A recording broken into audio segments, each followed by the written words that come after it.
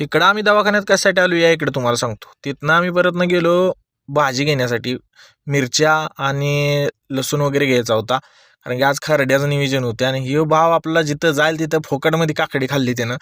आणि तिकडून आम्ही परतनं गेलो वडापाव खाण्यासाठी. आणि खरसुंडीत आलो आहे तुम्हाला तर माहितीच, आम्ही काय खाल्ल्याशिवाय काय परत जात नाही. तर सांगितली होती पॅटीस. आणि ही पाहुणं आपलं पडलेलं आजारी, ह्यांना पहिल्यांदा पॅटीस वगैरे दिलं. तिकडून पॅटीस घेऊन खाऊन आणि चहा वगैरे पिलो. तिकडून गेलो दवाखान्यात. दवाखान्यात आपले मेंढके भरपूर आले होते, म्हणजे दोघं चौघजण आलते. ते पण आजारी पडले होते आणि त्यांना पण भूक लागली. ते म्हणले चला वडापाव खाया. परत नंतर दुसऱ्या गाड्यावरती गेलो, वडापाव घेतला आणि एक पाण्याची बॉटल घेतली.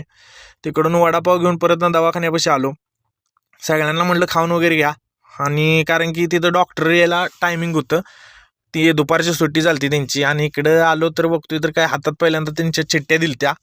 आणि इकडं मॅडमनी त्यांना तपसून वगैरे घेतला आणि इंजेक्शन मारण्यासाठी गेलो. तर ह्याला सतीश म्हणतोय की झोप पहिल्यांदा खाली, इंजेक्शन पहिलं तुला मारूया. आणि इंजेक्शन वगैरे मारून आलो आणि गोळ्या वगैरे दिल्या त्यांना पाण्यातनं खायला. अरे कहना क्या चाहते हो. आणि आपल्या आलो गाडीपाशी आलो, निघालो आम्ही तळावरती. परत जाताना पहिल्यांदा तेल वगैरे टाकलं गाडीत आणि तिकडून पालखीकडे निघालो आम्ही. इकडे पोचलो. पालखीकडे पोचून पहिल्यांदा जी मिरच्या आणलेल्या आणि जे मामांचं हार असते ना ती पण आणलेलं, मग ती त्यांना देऊन घेतलं. आणि तिकडं आज भाकरीचं नियोजन होतं आणि तिथल्या महिला भाकरी करण्यासाठी आलत्या. आणि परत आम्ही संध्याकाळी गेलो परत खरसुंडीला, कारण की दही पाहिजे होतं. दही वगैरे पहिल्यांदा दही नेलं तर ती कमी पडणार होतं. मग नंतर ते बोलले की अजून जरा दही घेऊन या. मग काय प्रत्येक दुकानात जसं भेटेल तसं थोड्या थोड्या पिशव्या घेतल्या आणि जेवढं भेटेल तेवढं आणलं. तरी पण एक 5-6 किलो भेटला आम्हाला पूर्ण खरसुंडीत. आणि लसूण सकाळना पाहिजे होतं म्हणून लसूण वगैरे घेतला. आणि परत आम्ही इकडं आलो तर यानं घेतले कुरकुरे खायला टेढेमेढे. इथं दही बी घेतलं आणि तिकडून परत आम्ही पोचलो इकडं तळावरती. त्यांना दही दिलं आणि जे आधीचं दही वगैरे होतं ना ते त्यांनी बादलीत काढून ठेवलं होतं.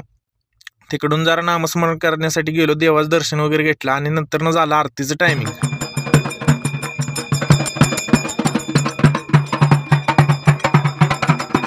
आरती वगैरे झाल्याने तिथून आम्ही परत गेलो जेवण करण्यासाठी, कारण की पहिल्यांदा मेंढक्यांसाठी पहिली पंगत असते. इथं लिंबू आणि भावाला म्हटलं कांदा घेऊन ये. इथं भाव आपला कांदा घेऊन आला. आणि इथं एवढी भारी ओळख झाल्या ना. आणि ह्यो जो पोरगा होता आणि पलूचा एवढा भारी माणूस आहे ना, बोलायचं काम नाही. तिकडून परत त्यांनी जे कांदा आणून दिलेला ती फोडला आणि खाल्ला. आजचं टॉपचं नियोजन होतं जेवणाचं, कारण की मामांच्यात मेंढरा असल्यामुळे मी मामांना म्हणलेलं की आपण असं ह्या पद्धतीने नियोजन करूया. तिकडून आम्ही इजूला जेवण घेऊन आलो आणि थोडंसं म्हटलं संध्याकाळी शेकोटी केली, कारण थंडी भरपूर होते. आणि इकडं सगळेजण आम्ही आपलं शेकत बसलो आणि मस्तपैकी एन्जॉय केला थोडासा, कारण गप्पा बिप्पा झाल्या आणि